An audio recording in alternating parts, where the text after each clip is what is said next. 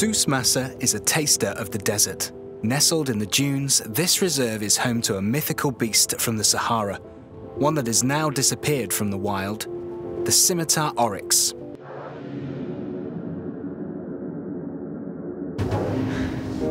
Perhaps the oryxes are behind that hill. I'm going to creep up on them.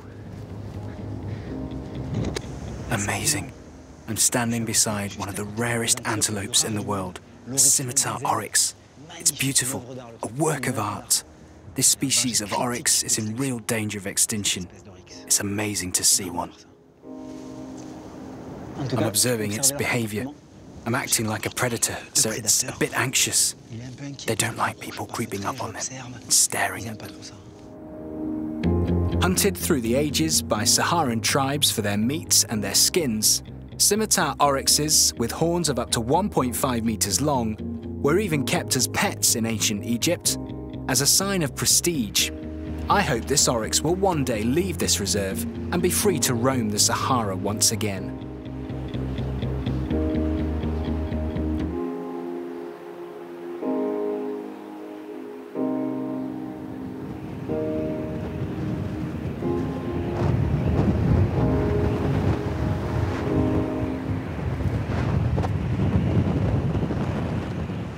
I'm a real bird lover, so this is paradise for me.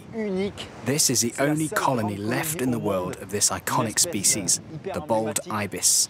It's a wading bird with a long red curved beak and shiny black feathers. And of course, it has no feathers on its head. This beautiful bird is extremely rare and on the verge of extinction.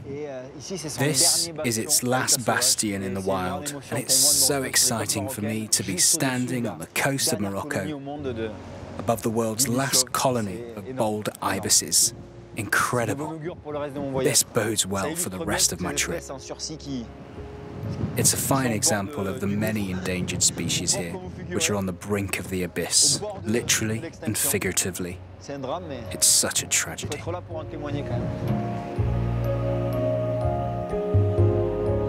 There's something there. Perhaps it's a bustard? It is.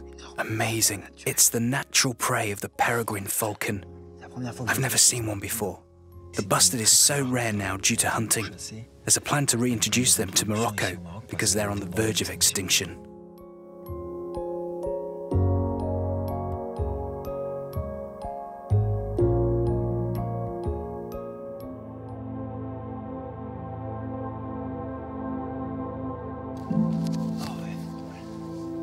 The desert makes you a bit delirious. You lose your bearings.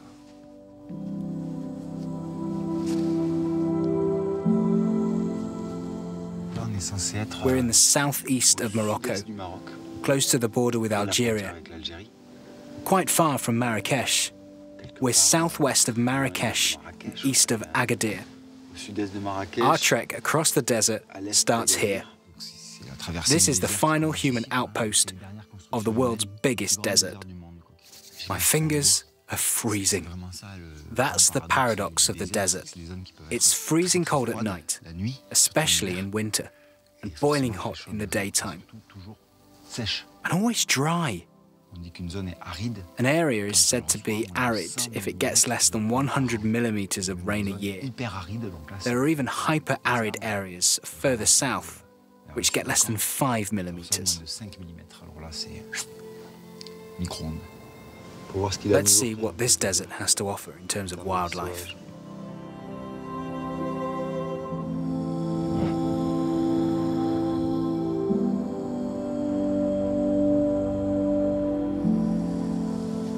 Are you looking for animal footprints too? Yes. What are they? Mice. Mice? Yes, mice. And those are fennecs.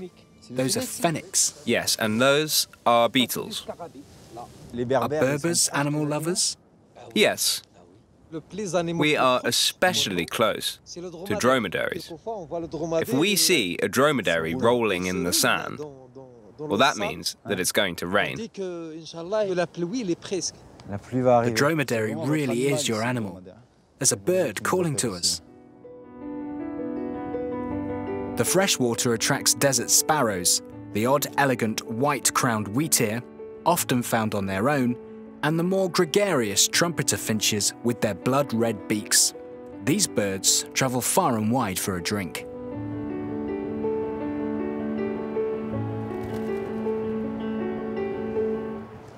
This is amazing. A herd of donkeys is approaching the oasis. The only wild donkeys you will see here are feral donkeys. In other words, domestic animals which have returned to the wild. They were neglected, so they came back to the desert. Now they live in wild herds. That young donkey is suckling. It's a unique sight.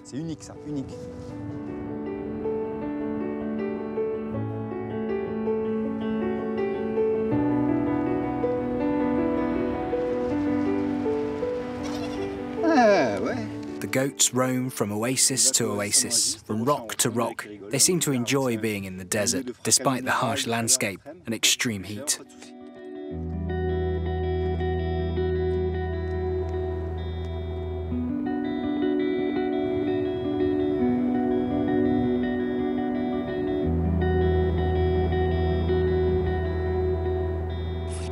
Here's a Mahari.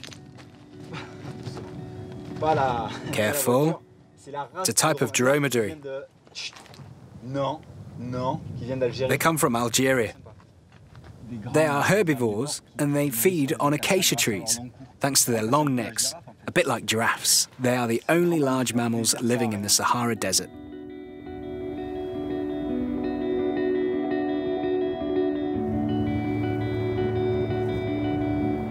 That's amazing. This species is becoming increasingly rare in the Sahara. They are Dorcas gazelles, one of the smallest breeds of gazelle, and they are all grey.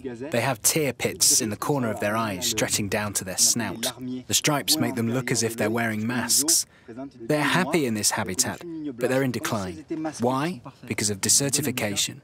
People rightly think that the desert is expanding, but only because of the soil eroding. Bad farming methods, too much slashing and burning, too much burn beating, too much grazing, overgrazing even, in the case of sheep. The soil dries out and the wind blows the dust away. That just leaves rocks where nothing can grow, so the desert expands, and that poses a real threat to the animals of Morocco. They end up leaving the desert and heading for human habitats, which is no good at all.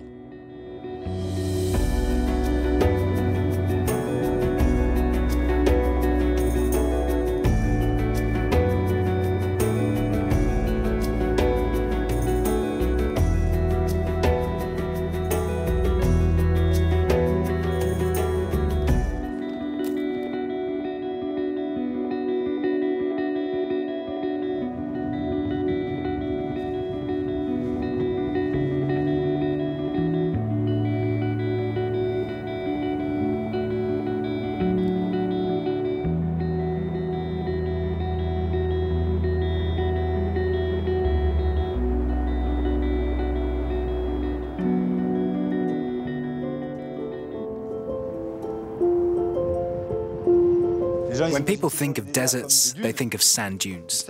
Actually, rocky desert areas, known as ergs or regs, like this one, are more common. It's vast. You could easily get lost.